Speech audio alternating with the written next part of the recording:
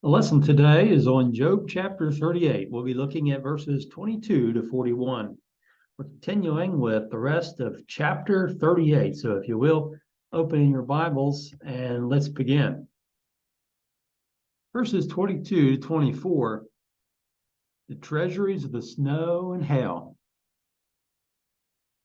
In the previous part of the speech, the Lord spoke poetically of his power in the creation. He shows Job that there are so many things that he does not know. And we see from nature the handiwork of God. Verse 22 to 24. 22, it says, "Have you entered the treasury of snow, or have you seen the treasury of hail?" The Lord asked Job if he has entered the treasury of snow. The term treasury is from a word meaning to lay up or to store up. It is translated in the Old Testament as both treasuries and storehouses, and 1 Chronicles 27 and 25. Some other versions read storehouses here in this passage. As the Lord at times used hail as if a weapon, in Joshua 10:11, for example, treasuries may be rendered here as armory, a place where weapons are stored, Jeremiah 50 and 25. But here he describes the treasury of snow and the treasury of hail, and so the place where these are stored. Keep in mind that as he speaks, he's speaking poetically here in the passage, in the chapter. Verse 23, "Which I have reserved for the time of trouble, for the day of battle and war." God reserved the snow and the hail for the time of trouble, for the day of battle, the day of war. Both words are from different terms, meaning either battle or war and battle. Verse 24, "By what way is light diffused, or the east wind scattered over the earth?" Earlier, God asked if Job knew the way to the dwelling of light in verse 19. Now God asked if Job knows by what way light is diffused. This is how light is spread or distributed by reflection. He also asked if Job knew by what way the east wind scattered over the earth. And so, do you know by what way light is diffused, literally divided? Do you know how the east wind is scattered over the earth? In verses 25 to 30, he continues, describing now the rain and the ice. He said, "Who has divided a channel for the overflowing water, or a path for the thunderbolt?" It's not man. He said, it is God who has divided the channel for the overflowing water, for the flood. It is God who divided a path for the thunderbolt, for that flash of lightning, that discharge in the sky. Verse 26, "To cause it to rain on a land where there is no one, a wilderness in which there is no man." It is God who causes the rain. He causes the rain even where there's no people.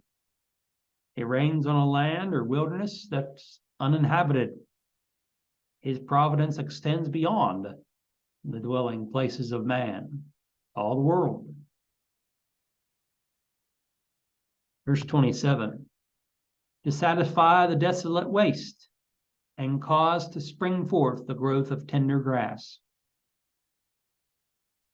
God causes it to rain to satisfy the desolate waste, the wasteland, He causes it to rain, to cause the tender grass to spring up on the ground, on the land. Verse 28. Has the rain a father? Or who has begotten the drops of dew? Of course, he's not speaking literally. Who is the father of the rain? Or who has begotten, brought into existence, the drops of the dew? It is not man who can make it rain, either the rain to fall or the dew to collect on the ground. Verse 29. From whose womb comes the ice and the frost of heaven, who gives it birth? Who is the mother of the ice? Who has given birth to the frost of heaven? Again, who created these things? It is not man who can make it snow or cause the hail to fall, but God. Verse 30. The waters harden like stone, and the surface of the deep is frozen. By God, not man. The waters harden like stone. They freeze solid. By God, the surface of the deep is frozen. The term frozen here is literally imprisoned. And so the idea here that this water is frozen solid, it's as if imprisoned. The water is imprisoned in the ice. And so he describes how that the waters freeze and become hard like stone, and the surface of the deep of the water freezes. Now in verses 31 to 33, he describes things above, the constellations that we see in the sky. Verse 31, can you bind the cluster of the Pleiades or loose the belt of Orion? As you look up into the sky, you see the different stars that are visible to the eye. And man has assigned patterns to these groups of stars called constellations. And here we have some names of constellations: Pleiades and Orion. The Lord asked Job about the stars. Earlier, Job said that God spread out the heavens in Job 9 and 8, and how that God made the stars, naming three of the most common constellations of stars: the Bear, Orion, and the Pleiades in Job 9 and 9. Now God asked Job what influence he had over the stars. None. There's nothing that he could do. He could not bind the cluster of the Pleiades, also called the seven sisters or the seven stars, or loose the belt of Orion.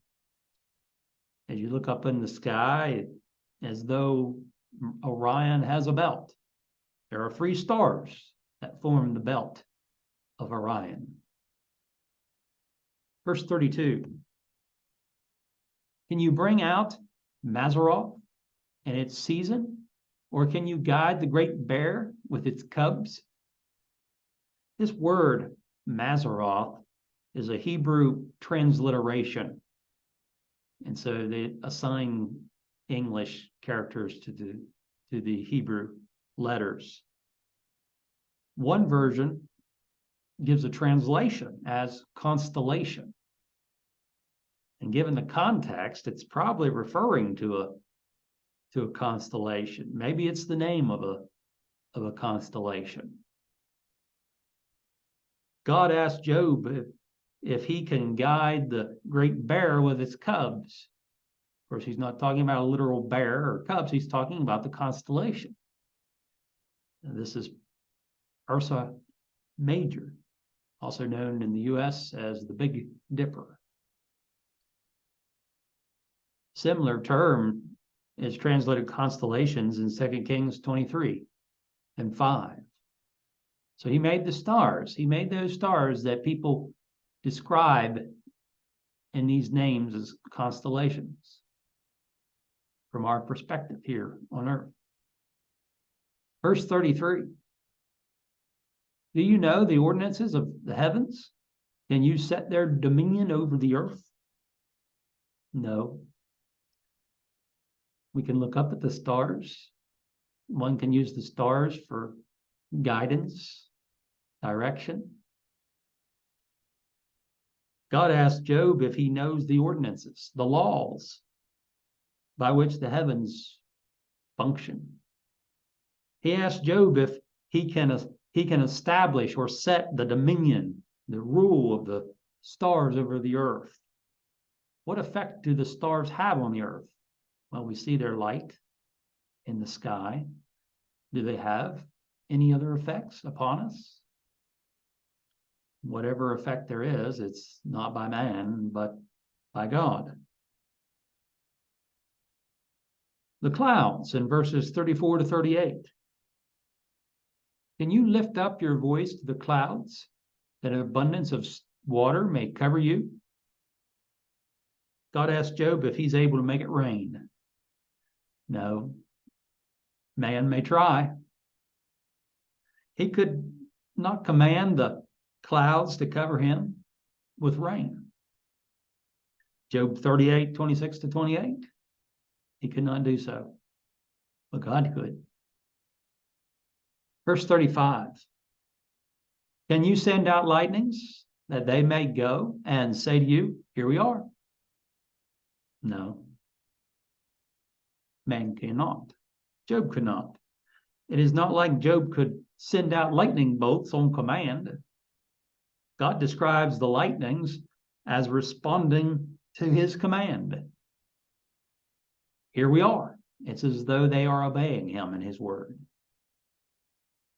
Verse 36. Who has put wisdom in the mind, or who has given understanding to the heart? We look at the passage, and first thing that comes to mind is that God has put wisdom in the mind and has given understanding to the heart of man. What man has, he has by God. But remember the context. The particular context here is the weather, the clouds, which are under God's direction, his dominion, his rule. It is God who has the wisdom and the understanding to call for the rain, verse 34, to send out lightnings, verse 35, or to know the number, to count the number of the clouds. God, not man, is able. Verse 37. Who can number the clouds by wisdom? Or who can pour out the bottles of heaven? Here in verse 37, man cannot number or count the clouds by his wisdom, or make rain fall from the clouds, though man has tried. It is as though God pours out the bottles of heaven. Of course, he is speaking figuratively, as God does not literally pour out water bottles to make it rain on the earth. This term for bottles is also translated as water jars or water skins. So these containers, it's not as though there are containers in the heavens and God pushes them over or pours them out in order to make it rain. But it's as though the clouds contain the water and God, by his direction, causes it to rain. Verse 38. When the clouds harden, when the dust hardens in clumps and the clods cling together. Here he describes the earth before it rains, the dry land.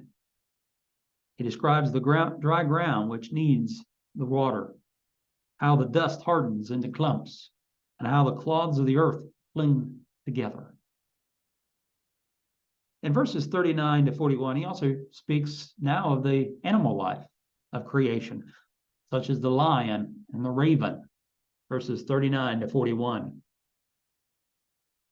Can you hunt the prey for the lion or satisfy the appetite of the young lions? No. God provides for the animals. In what way? He gives the lion the instinct as creator to hunt for prey and the appetite to fill the young lions and their needs. Look at Psalm 104 and 21. The young lions roar after their prey and seek their food from God. And so, yes, in a sense, they receive food from God. God is creator. He has created everything. Whether we're talking about the weather phenomena, the other features of the earth, humanity, animal life, God has made everything. Gives the lion the instinct by which to hunt, the drive to get the food that they need. Verse 40. When they crouch in their dens or lurk in their lairs to lie in wait. The psalmist spoke of the wicked in Psalm 10 and verse 9. He lies in wait secretly as a lion in the den. Psalm 10 and 9. Here in Job 38 and 40, God speaks of how the lions crouch in their dens and how they lie in wait for prey.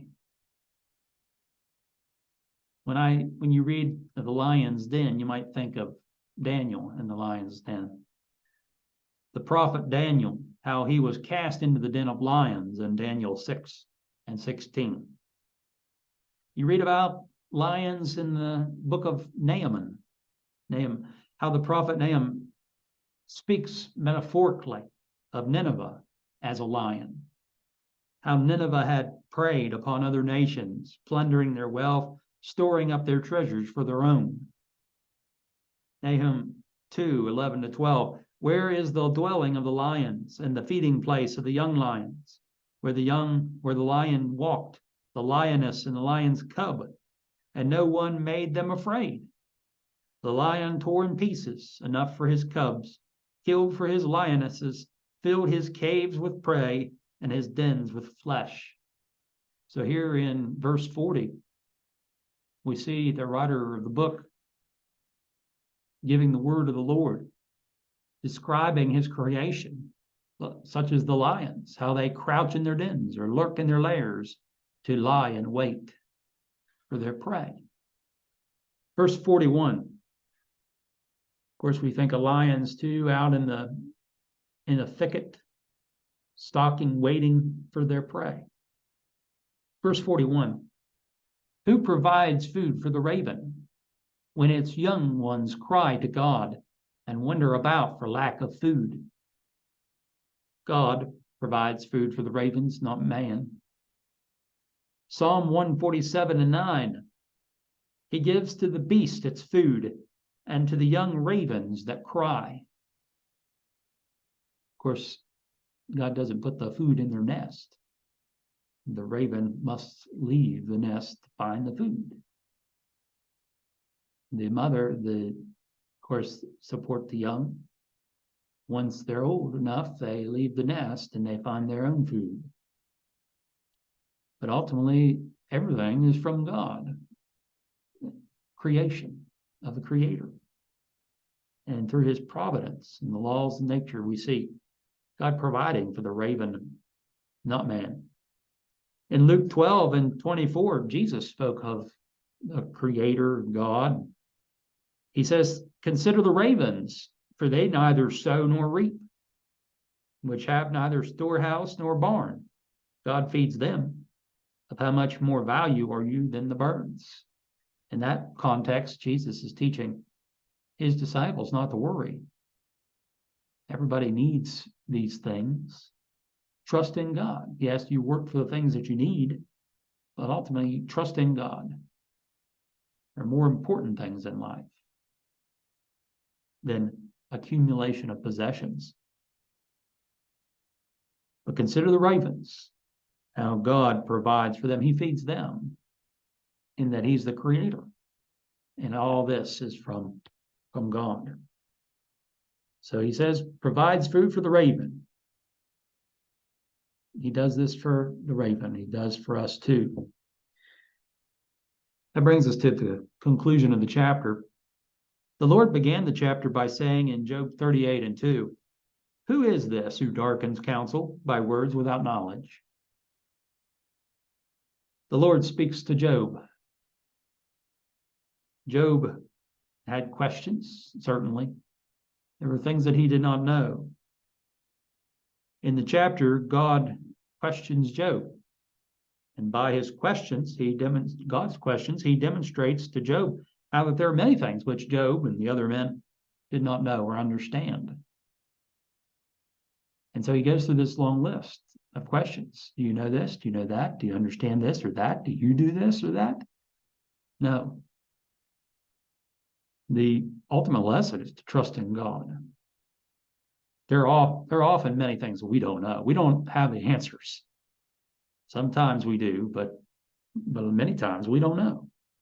We don't know what's going on. In Job, we have the benefit of the book itself. We can read the book. We can see what was happening in his life, why he was suffering. We can see the work of Satan in his life. We can see how he brought this upon him. Job couldn't see those things. But ultimately, he had to trust in God, the creator, the sustainer. We hope that this lesson has been helpful in better understanding the chapter. And Lord willing, next time we'll continue our study. Thank you for being here today.